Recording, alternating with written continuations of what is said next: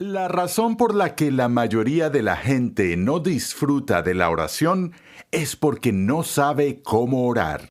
No es porque no tengamos suficiente tiempo, ese no es nuestro problema. No es porque nos falta disciplina, todo eso puede ser cierto, pero esas no son las razones principales por las que nos quedamos cortos de lo que podríamos lograr o disfrutar en la oración. Creo que la razón principal es que no sabemos cómo. No sabemos cómo orar.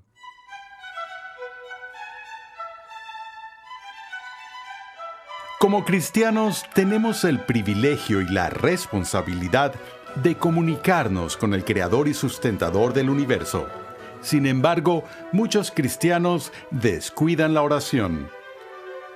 Bienvenido a Renovando tu Mente con el Dr. R.C. Sproul. Hoy comenzamos una edificante serie de enseñanza sobre la oración. En 6 episodios, R.C. Sproul enseña algunos pasos básicos para desarrollar una vida de oración fiel y demuestra que la comunicación íntima con Dios está en el corazón de nuestra relación con Él. Por medio de Cristo, somos aceptados por Dios y capacitados para invocarlo como nuestro Señor y Padre. Recuerda que en nuestra página web renovandotumente.org puedes solicitar una guía de estudio gratuita de esta nueva serie para tu edificación personal o para usarla en grupos pequeños. Algunos han reducido la oración a una simple conversación con Dios, pero hay algo más que una conversación entre dos personas. Antes de orar, hay un par de cosas que debemos recordar. Acompáñame al salón de clases a escuchar al Dr. R.C. Sproul mientras nos ayuda a comprender elementos críticos, aunque sencillos, que debemos incorporar a nuestras oraciones. Todo el que me ha oído en conferencias por un buen tiempo se da cuenta rápido de que amo las escrituras del Antiguo Testamento, porque las páginas de la narrativa del Antiguo Testamento las encuentro fascinantes, conmovedoras y emocionantes, porque incluyen a personas de la vida real con luchas de la vida real en medio de su búsqueda para desarrollar una relación personal con Dios. Creo que una de las historias más conmovedoras que encontramos en el Antiguo Testamento es la historia de Ana, la madre de Samuel. Recordemos que en el 2º capítulo del primer libro de Samuel leemos el cántico de Ana, que se compara mucho con el Magnificat de María del Nuevo Testamento, y hay todo tipo de paralelismos entre esas dos mujeres. Pero el cántico de celebración y de gozo que Ana cantó en el Antiguo Testamento, fue en respuesta a que Dios respondió a su oración. Lo que vamos a ver en las próximas sesiones es un enfoque cristiano de la oración. Y quiero hacer esto desde una perspectiva práctica porque estoy muy consciente de que muchas personas en el mundo cristiano luchan con todo este asunto de la oración. Las personas se sienten muy culpables porque creen que no han sido diligentes ni constantes con sus vidas de oración. E incluso una lectura superficial de las páginas de la Escritura revela que los santos de la antigüedad eran personas que se caracterizaban por una vida constante de oración. Entonces, lo que quiero tratar en el tiempo que resta es la pregunta: ¿cómo podemos aprender a orar como los santos bíblicos de la antigüedad? Y quiero empezar buscando, solo por un momento, este episodio que está registrado en el primer libro de Samuel con respecto a Ana. Ana había estado casada y el deseo de su vida era tener hijos, pero se nos dice en el primer capítulo que el Señor no le había dado hijos. Su rival la provocaba amargamente para irritarla porque el Señor no le había dado hijos. Esto sucedía año tras año. Siempre que ella subía a la casa del Señor, Penina la provocaba, por lo que Ana lloraba y no comía. Entonces Elcana, su marido, le dijo: Ana, ¿por qué lloras y no comes? ¿Por qué está triste tu corazón? ¿No soy yo para ti mejor que 10 hijos? Pero Ana se levantó después de haber comido y bebido, estando en Silo, mientras el sacerdote Elí estaba sentado en la silla junto al poste de la puerta del templo del Señor. Ella, muy angustiada, oraba al Señor y lloraba amargamente. Ahora veamos el escenario que tenemos. Ana es miserable y su condición no ha mejorado durante un periodo de años. Su vida había sido despreciada por su rival hasta el punto de la amargura. Y entonces su esposo la ve y le preocupa que ella esté tan abatida y le dice: ¿qué te está pasando? ¿Está bien si no tenemos hijos? ¿Acaso no soy suficiente para ti? Esperaría ser tan valioso para ti como lo son 10 hijos. Pero no fue suficiente para Ana. Ella quería ser madre. Así es que ella se acerca al tabernáculo donde Elí está ministrando a las personas. Y se nos dice que ella ora con un espíritu de angustia. Ahora, el Nuevo Testamento nos dice que la oración ferviente y efectiva de un hombre justo puede mucho. Pero ese hombre allí es genérico, es decir, podríamos traducir eso en el sentido de que la oración ferviente y efectiva de una persona justa puede mucho. No son solo las oraciones masculinas las que son eficaces. Pero noten que cuando se nos dice en el Nuevo Testamento que una de las claves para una oración efectiva es que las oraciones sean fervientes, que no sean esporádicas, que no solo sean casuales, sino que cuando las personas esperan tener respuestas a la oración, tienen que entrar en el contexto de la oración, es decir, estar involucradas. Es decir, si Dios entrara en tu casa esta tarde y quisieras hablar con Él o suplicarle, implorarle alguna acción o exaltarlo por su grandeza o confesar tus pecados, ¿cuál sería el estado de tu alma en esa conversación? Estoy seguro de que no sería aburrida ni casual. Cuando las personas en el pasado entraban en conversaciones con Dios, como Jacob, luchaban con Dios. Se quedaban haciendo eso toda la noche. Eran persistentes, eran celosos, porque las preocupaciones que traían ante Dios salían de la profundidad de su propia agonía, de la angustia de su situación. Y así clamaban desde lo más profundo de su corazón a Dios. Y eso es lo que pasa con Ana.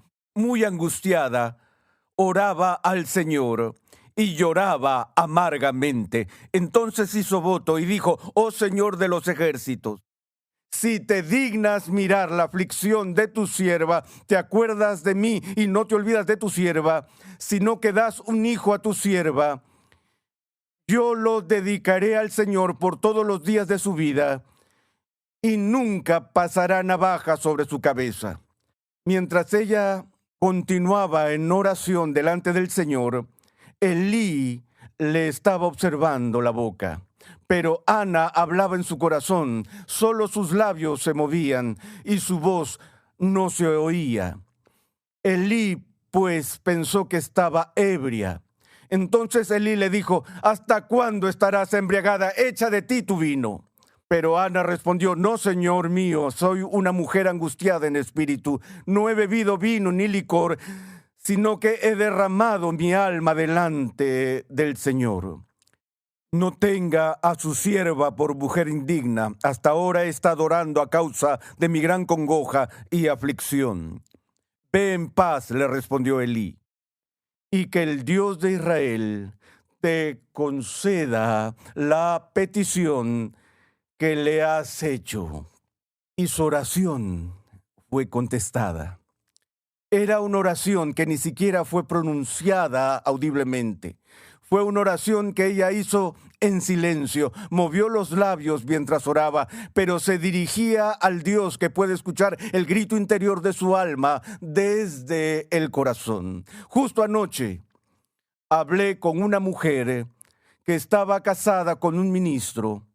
Y ella dijo, ¿sabes? Mi esposo tiene el ministerio de la palabra, pero mi ministerio es un ministerio de oración. Dijo que pasa sus días orando y a veces se encuentra hablando en voz alta, aun cuando está en el supermercado yendo por el pasillo. Está levantando oraciones a Dios, orando por las personas de su congregación. Dice que a veces la gente la ve como si estuviera loca. Ella no está loca. Ella ha descubierto el secreto de la oración. Tengo que tomarme un momento para hacer un contraste entre la oración de Ana y su resultado. La primera vez que puedo recordar en mi vida haber orado intensamente, haber orado con angustia y preocupación del alma. Pero como preámbulo les digo que las oraciones que hice en esa ocasión no eran las oraciones de un creyente. Esa oración que puedo recordar fue expresada y hecha por mí en una capilla de rodillas con gran fervor cuando ni siquiera era un creyente en Cristo. La ocasión fue el nacimiento del hijo primogénito de mi hermana. Estaba en la escuela secundaria y mi hermana fue al hospital para tener a su hijo. Y nos llamaron al hospital a altas horas de la noche porque luego que dio a luz a su hijo, empezó a sangrar y los médicos no podían detener la hemorragia. Entonces su vida estaba en gran peligro. Y cuando llegamos al hospital, no se me permitió ir a su habitación. Es decir, al ser una emergencia, a ninguno de los miembros de la familia se le permitió estar junto a ella en ese momento. Así que recuerdo estar en el vestíbulo del hospital y era como las 2 de la mañana. No había otros visitantes alrededor, estaba oscuro y en absoluto silencio. Yo sabía que ella estaba en el 6º piso y también conocía bastante este hospital como para saber que en el sótano estaba la morgue del hospital. Y fui a la capilla y oré para que mi hermana viviera. Y luego, después que terminé de orar, vine y me paré frente al ascensor y observé los números que pasaban por cada piso. Y en un momento vi que las puertas del ascensor se abrían en el piso del vestíbulo y vi un cuerpo al que habían cubierto con una sábana y luego vi que las puertas se cerraron y el ascensor bajó a la morgue y mi corazón estaba aterrorizado. Y entonces observé y vi los números del ascensor ir otra vez al 6º piso y vi los números bajar y pasar por el vestíbulo y luego dirigirse al sótano. Y otra vez estaba aterrorizado de que estuvieran llevando el cuerpo de mi hermana. Así que volví a la capilla y clamé. Estaba solo y estaba de rodillas y le rogaba a Dios. Le dije, por favor, Dios, no le quites la vida a mi hermana. Y los médicos fueron capaces de detener la hemorragia y ella sobrevivió. No sé si alguna vez volví y me puse de rodillas para decir gracias. Si existiera tal cosa como la religión en crisis o la oración en crisis, eso es lo que había experimentado. Realmente evidenció que sabía que había un Dios, incluso antes de haber dedicado mi vida a Cristo o de haber sido cristiano. Y la oración no era parte de mi vida, pero cuando la vida y la muerte estuvieron frente a mí, yo recurrí a algo que debió haber sido natural y regular y una práctica diaria de mi parte en mi vida. La siguiente oración que puedo recordar orando de rodillas fue 3 años más tarde, cuando oré junto a mi cama y le pedí a Dios que perdonara mis pecados. Y fue la noche en la que me convertí. Pero puedo recordar desde el principio de mi vida cristiana amar los tiempos que tuve en comunión personal con Dios. Había una intimidad en ello. Y he tenido muchas experiencias en mi vida de pasar 8 horas de corrido en oración. No me malinterpreten, no hago eso todos los días. Pero he tenido muchas experiencias así y no hay nada como eso. Pero aprendí ese concepto de oración prolongada y oración intensa cuando era profesor universitario en el primer año de mi enseñanza. Enseñé en la misma universidad de la que me había graduado y era un pueblo pequeño, era un colegio presbiteriano antiguo y había una parte de la ciudad que tenía viviendas para misioneros jubilados. Y había un caballero que tenía más de 80 años, que era un médico misionero retirado, y su nombre era el doctor Jameson. Y el doctor Jameson fue considerado por aquellos de nosotros de la generación más joven como un auténtico cristiano santo y genuino. Había practicado la medicina en un campo misionero durante décadas, pero ahora había llegado a un tiempo en su vida donde sufría de ciertas enfermedades y estaba enfermo. Ya no podía ejercer la medicina. Nunca fue su plan o deseo jubilarse, pero ya no podía trabajar más. Por lo que hizo en esta etapa de su vida fue dedicarse a una nueva vocación. Su segunda carrera fue la de intercesor. Él dijo, todavía puedo trabajar 8 horas al día. Y entonces lo que el doctor Jameson hacía día tras día, 8 horas todos los días, era estar de rodillas. Es lo que llamamos un guerrero de oración. Ahora, déjenme decirles algo. Cuando teníamos inquietudes, cuando vivía en esa ciudad y queríamos que la gente orara por nosotros, ¿quién creen que quería que orara por mí? Ya saben, iba directo a la casa del doctor Jameson y tocaba la puerta y le decía, doctor Jameson, ¿oraría por mí? Sí, por supuesto, y sabía que cuando él decía que oraría por mí, ciertamente oraría por mí. Pienso en Santiago, en el Nuevo Testamento, el autor de la epístola a Santiago, quien, según la historia de la iglesia primitiva, según las mejores fuentes que tenemos del pasado, era de hecho el hermano de nuestro Señor Jesucristo. Y era conocido en la iglesia primitiva por 2 nombres, 2 apodos. Uno de sus nombres era Santiago el Justo, porque desarrolló una reputación de una justicia personal de nivel extraordinario.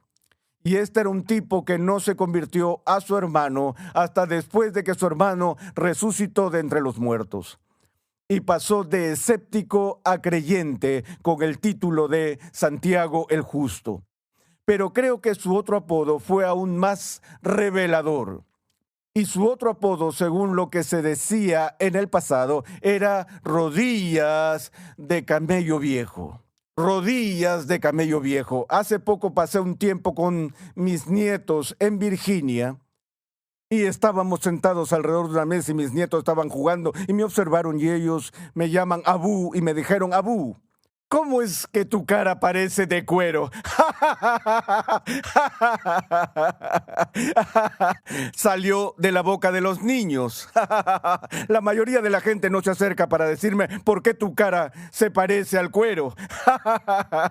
Pero lo deben estar pensando si eso es lo que se les ocurre a mis nietos. Y les dije, bueno, en realidad no lo sé, tal vez sea porque ha hecho mucho trabajo. Recuerden, mi boca tiene 95 años en términos de los kilómetros que lleva encima, así que supongo que me he curtido a lo largo de los años. Bueno, nunca se me ha acusado de tener rodillas de cuero, pero la frase rodillas de camello viejo se le atribuyó a Santiago, el hermano de Jesús, porque tenía callos en las rodillas por pasar tanto tiempo en oración. Ahora, no todos son llamados al ministerio de la oración como el doctor Jameson, y no todos oran con la intensidad y persistencia de una Ana, pero cada uno de nosotros tiene la capacidad de crecer en nuestras vidas de oración.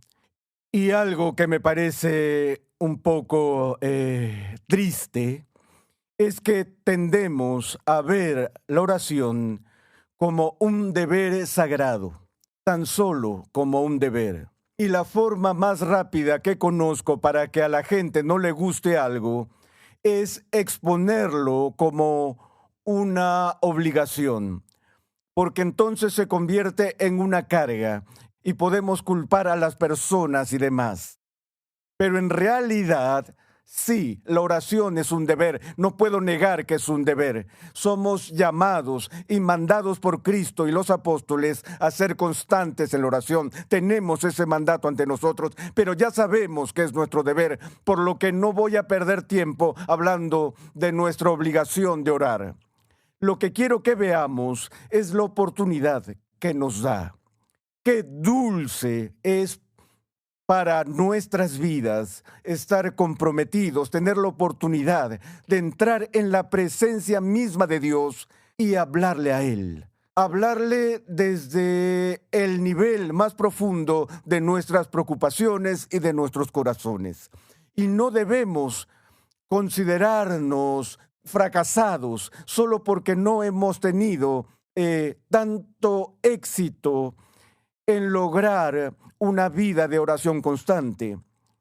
Creo que la razón básica por la que no lo hemos hecho en muchos casos no es porque no tengamos ningún deseo de tener comunión con Dios o de intimar con Dios, no es porque no tengamos suficiente tiempo, ese no es nuestro problema. No es porque nos falta disciplina, todo eso puede ser cierto, pero esas no son las razones principales por las que nos quedamos cortos de lo que podríamos lograr o disfrutar en la oración. Creo que la razón principal es que no sabemos cómo. No sabemos cómo orar. Y eso no me sorprende cuando leamos más adelante, cuando veamos el Padre Nuestro, que lo único adicional que los discípulos de Jesús le pidieron a su maestro como crédito extra, como tareas adicionales, quiero decir, no hay muchos estudiantes que se acerquen a sus maestros y digan, gracias por todo lo enseñado hasta ahora, pero ¿qué tal si me enseña un poco más? La única vez que los vemos ir a Jesús y pedir un curso de posgrado es, ¿cuál? Señor, enséñanos cómo orar. Estoy convencido de que la razón por la que preguntaron eso, dos razones por las que preguntaron eso, en primer lugar, porque no sabían cómo. Y en segundo lugar, porque vieron lo que Jesús sí sabía cómo. Lo observaron, lo vieron irse solo, sin hacer nunca una exhibición ostentosa de su piedad. Se dieron cuenta de que Jesús no era nada parecido a los fariseos, que exhibían su espiritualidad ante todos, orando en cada oportunidad como un despliegue de piedad. Porque estaban tratando de obtener la aprobación de los hombres. Jesús no lo hizo de esa manera. Se iba solo, en silencio, en intimidad. Él derramaba su alma al Padre. De hecho, antes de que Jesús seleccionara a sus discípulos, ¿recuerdan? Que nos dice la Biblia en el Evangelio de Lucas, pasó toda la noche orando antes de elegirlos. ¿Cuándo fue la última vez que pasaste una noche entera antes de tomar una decisión importante en tu vida? Bueno, no hacemos eso, pero los discípulos dijeron, oye, hay una correlación aquí entre el poder espiritual de Jesús y la forma en la que Él está conectado al Padre en oración. Y entonces le dijeron, enséñanos, por favor, cómo orar. Y eso es lo que espero que podamos lograr hasta cierto punto en esta serie.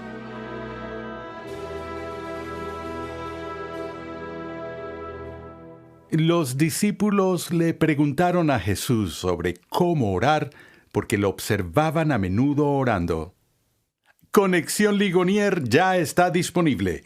Conexión Ligonier permite a cristianos en crecimiento estudiar en línea gracias a una amplia biblioteca de cursos interactivos en video impartidos por el fundador de Ministerios Ligonier, el Dr. R.C. Sproul, y otros destacados pastores, teólogos y expositores cristianos. Para más información visita conexionligonier.com. ¿Cuál debe ser la actitud de nuestros corazones y mentes cuando oramos al Señor? En el siguiente episodio de Renovando tu Mente, R.C. Sproul nos enseña que la oración debe comenzar con adoración a Dios.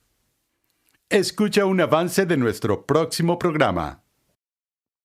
A veces escuchas a los cristianos hablar de Jesús como si fuera solo un amigo. No es que no sea un amigo en el sentido de una persona leal y confiable que está comprometida contigo, sino como si fuera un compadre. Es muy casual.